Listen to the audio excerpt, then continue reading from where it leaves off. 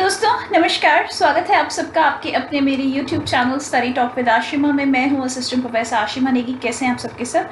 मान के चल रहे सारे के सारे ठीक हैं, कर रहे जम की प्रिपरेशन। आइए शुरुआत करते हैं आज के मॉक टेस्ट की, जहां पे मैं आपके संग कवर करने वाली हूँ मैनेजमेंट और कॉमर्स के लिए मॉक सब्जेक्ट्स के ऊपर मॉक क्वेश्चंस। आज का टॉपिक ऑफ डिस्कशन रहने वाला है इकोनॉमिक्स को लेके, जो मैनेजमेंट कॉमर्स के सिलेबस में आता है। तो आइए शुरुआत करते हैं आज के सेशन की, जहां पहला आपके सामने क्वेश्चन आ रहा है जो स्टेटमेंट बेस्ड क्वेश्चन है।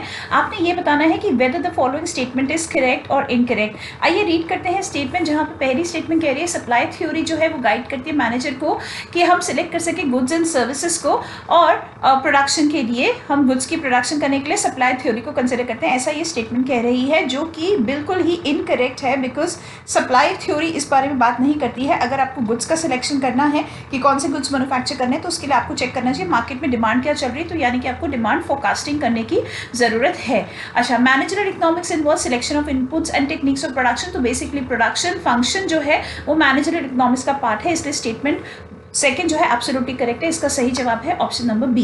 अगला क्वेश्चन देखते हैं, firms third basic function related to segmentation of the market. Well, यहाँ पे मैं आपको बता दूं कि बात सही है कि फर्म को जो है मार्केट पे फोकस करना चाहिए। मार्केट कौन सी इनकी है जो सेगमेंटेशन करने के बाद ही टारगेट की जा पाएगी, इसलिए फर्म को फोकस करना चाहिए सेगमेंटेशन के ऊपर। Development of product for particular section of society is considering how to produce. Basically अगर हमें प्रोड्यूस करना है गुड्स को, तो हमारे कस्टमर्स की डिजायरेबिलिटी के हिसाब से होना चाहिए, विच इज एब्सोल्युटली करेक्ट। तो बोथ स्टेटमेंट्स आर करेक्ट। अगला क्वेश्चन है, choice has to be made between the ends and the means. That means जो आपकी रिक्वायरमेंट्स हैं, जो आपको एंड्स चाहिए, उसके लिए आपके पास क्या क्या सोर्सेज अवेलेबल हैं। तो अगर सोर्सेज अवेलेबल हैं तो ही हम जो है वो हर हालत में गुड्स प्रोड्यूस करने की सोच सकते हैं, या फिर रिसोर्सेज अगर अवेलेबल नहीं है तो गुड्स हम नहीं बना सकते, कंज्यूमर्स की डिमांड्स को हम सैटिस्फैक्शन नहीं दे सकते। Scarcity and efficiency does not go hand in hand in society. Well, actually society में स्कार्सिटी एंड एफिशिएंसी डू को हैंड इन हैंड। ये सोचने वाली बात है कि कैसे पॉसिबल है, क्योंकि अगर कंट्री में आपकी कंपनीज जो है वो एफिशिएंट है तो वहाँ स्कार्सिटी नहीं होगी। ऑब्वियसली अगर एफिशिएंसी ज़्यादा है तो स्कार्सिटी नीचे है, और अगर आपकी जो एफिशिएंसी है वो नीचे है तो स्कार्सिटी उस कंट्री में आपकी ज़्यादा देखने को मिलेगी। तो they do not go hand in hand, actually they have a inverse relationship with each other. इसलिए ये आपकी जो स्टेटमेंट है वो इनकरेक्ट है, इसका इनवर्स रिलेशनशिप यहाँ पे लिखा होना चाहिए था। स्टेटमेंट फर्स्ट आपकी एब्सोल्युटली करेक्ट है। अगला क्वेश्चन देखते हैं, study of managerial economics does not involve capital budgeting, which is incorrect, क्योंकि कैपिटल बजटिंग से हम वेरियस प्रोडक्ट्स जो बना सकते हैं उसके ऑल्टरनेटिव्स में, प्रोजेक्ट्स में जो है चुनाव करते हैं। तो मैनेजरल इकोनॉमिक्स में ऑल्टरनेटिव जो प्रोडक्ट है उसके डिमांड फोरकास्टिंग करके हम चेकआउट कर सकते हैं कि क्या प्रोड्यूस करना है कि क्या नहीं। Recession is a macro economic problem. Well, recession is a macro economic problem, बात सही है, क्योंकि रिसेशन आता तो पूरे सेक्टर में या पूरी कंट्री में देखने को मिलता है, कंपनी में नहीं। एक कंपनी अगर देखती है तो अपनी स्लो डाउन देखती है प्रोडक्ट की डिमांड को लेकर, और साथ ही साथ में जो कंपनी है वो डिक्लाइन फेस जो है वो देखती है। मैक्रो इकोनॉमिक प्रॉब्लम रिसेशन नाम की जो है वो सेक्टोरल या फिर कंट्री के लेवल पे होती है, इसलिए इसका सही जवाब था आपका ऑप्शन नंबर बी। अगला क्वेश्चन देखते हैं, inflation is a hidden tax on nominal balances, which is absolutely true, क्योंकि इन्फ्लेशन जो है वो एक तरह से हमारी बाइंग पावर को, हमारी करेंसी की जो परचेजिंग पावर है उसे घटा देता है। टैक्स करना एक एक्टिविटी है बेसिकली, जो आपके जेब में पैसे हैं उसे कमती कर देना इस टैक्स एक्टिविटी, और इन्फ्लेशन जो है वो हिडन तरीके से आपकी बाइंग पावर, आपकी करेंसी की बाइंग पावर को रिड्यूस कर देता है, तो which is absolutely true. Sign of inflation increased the purchasing power. Sign of inflation increase the purchasing power. अब ये सोचने वाली बात है कि अगर इन्फ्लेशन होगा तो इंक्रीज परचेजिंग पावर कैसे होगी, ऐसा सत्य बिल्कुल भी नहीं है, इसलिए इसका सही जवाब है ऑप्शन नंबर सी। तो हेंसफॉर स्टेटमेंट 2 जो है इनकरेक्ट है। साइन ऑफ इन्फ्लेशन ये होता है कि इंक्रीज परचेजिंग पावर नहीं, डिक्रीज अगर आपकी परचेजिंग पावर होती है, अगर डिफ्लेशन है तो ही आपको इंक्रीज देखने को मिलेगा। अगला क्वेश्चन देखते हैं, which is not a type of unemployment. Unemployment cyclical unemployment होती है, स्ट्रक्चरल अनएम्प्लॉयमेंट होती है, फ्रिक्शनल अनएम्प्लॉयमेंट होती है, वेरिएबल नाम की कोई अनएम्प्लॉयमेंट नहीं है। साइक्लिकल अनएम्प्लॉयमेंट आपको देखने को मिलती है एक पर्टिकुलर सेक्टर में जिसमें आपके सीजनल जो है प्रोडक्ट्स बनाए जाएं। स्ट्रक्चरल अनएम्प्लॉयमेंट तब आपको देखने को मिलती है जहां पे मैक्रो लेवल पे गवर्नमेंट के डिसीजन ठीक ना बैठे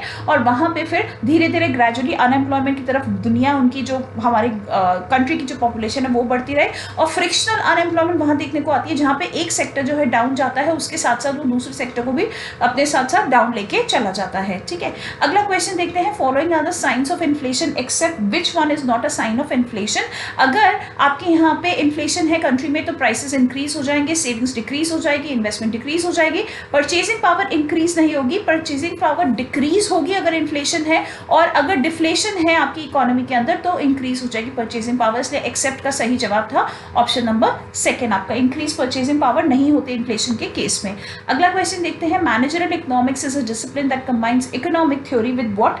तो बेसिकली मैनेजरियल इकोनॉमिक्स जो है वो आपके मैनेजमेंट प्रैक्टिसेस के साथ मार्केट के मैक्रो लेवल पे इकोनॉमिक थ्योरी और माइक्रो लेवल पे इकोनॉमिक थ्योरी को मर्ज करके मैनेजमेंट को, आपकी कंपनी के बोर्ड ऑफ डायरेक्टर्स को, कंपनी के मैनेजमेंट को जो है वो मदद करता है ऑर्गेनाइजेशन को सुचारू रूप से चलाने के लिए। Inflation is a dash in general level of prices of goods and services. Inflation is क्या? Inflation is basically a rise, inflation increase है जब प्राइसेस प्रोडक्ट के बढ़ जाते हैं, सर्विसेज के बढ़ जाते हैं। Dash studies aggregate in the economy, क्या स्टडी करता है इकोनॉमी में? मैक्रो इकोनॉमिक जो है वो फैक्टर्स मैक्रो इकोनॉमिक स्टडी करता है। इकोनॉमी में एक सेक्टर में मैक्रो इकोनॉमिक फोर्सेस को स्टडी किया जाता है, जैसे कि गवर्नमेंट के लॉज हैं, आपके कॉम्पिटिटर की फोर्सेस हैं, और साथ ही साथ में आपके जो स्टेक होल्डर्स हैं उनके इम्पैक्ट्स हैं आपके ऊपर। अगला क्वेश्चन देखते हैं, fixing the dash for the product of the prices important part of the decision making. तो कंपनी को प्राइसेस जो हैं वो फिक्स करने चाहिए अगर ऑर्गेनाइजेशन को कोई भी मैक्रो मैनेजरियल लेवल पे डिसीजन मेकिंग करनी है प्रोडक्ट को मार्केट में उतारने से पहले। कैपिटल बजटिंग जो है वो किस चीज़ की इन्वेस्टमेंट से रिलेटेड है? Capital budgeting long term investment से रिलेटेड है, क्योंकि आपने अगर एक प्रोडक्ट ऑल्टरनेटिव का चुनाव कर लिया है तो ये प्रोडक्ट ऑल्टरनेटिव जो है आपका बारंबार जो है आप बार बार बदल नहीं सकोगे, तो इसलिए कैपिटल बजटिंग जो है वो लॉन्ग टर्म के लिए रिलेटेड है। ठीक है, चलिए अगला क्वेश्चन देखते हैं हम लोग। नेक्स्ट क्वेश्चन है क्वेश्चन 17 देखते हैं, which of the following is not covered in macro economics, मतलब मैक्रो इकोनॉमिक्स का फैक्टर नहीं है। तो एंटायर इकोनॉमी मैक्रो इकोनॉमिक्स में आती है। Factor and forces of economic fluctuation macro economic में आते हैं। Monetary fiscal policy macro economic में आती है, लेकिन price output determination of one single commodity और टू कमोडिटीज जो है ये माइक्रो इकोनॉमिक फैक्टर है। ये ऑर्गेनाइजेशंस डिसाइड करती हैं या सेक्टोरल मूवमेंट्स को देखने के बाद एक कंपनी डिसाइड करती है, इसलिए मैक्रो इकोनॉमिक का पार्ट नहीं है। ठीक है, सही जवाब इसका ऑप्शन नंबर 2 है। अगला क्वेश्चन देखते हैं, which of the following is not covered in the study of macro economics. Well, something which is not covered in the study of macroeconomics is price and output determination of a commodity, because obviously it's at a micro level decision making. Which of the following market structure has many firms with real or perceived product differentiation and some control over the price of their products? तो हम यहाँ पे बात कर रहे हैं monopolistic competition की, जहाँ पे हम धीरे धीरे अपनी मोनोपोली क्रिएट करने के लिए और अपने प्राइसेस पे कंट्रोल करके प्रोडक्ट की मार्केट में जो है वो आउटरीच बढ़ा के हम अपनी मोनोपोली क्रिएट करने के लिए दूसरी फर्म के संग, राइवल फर्म के संग कम्पीट करते होते हैं।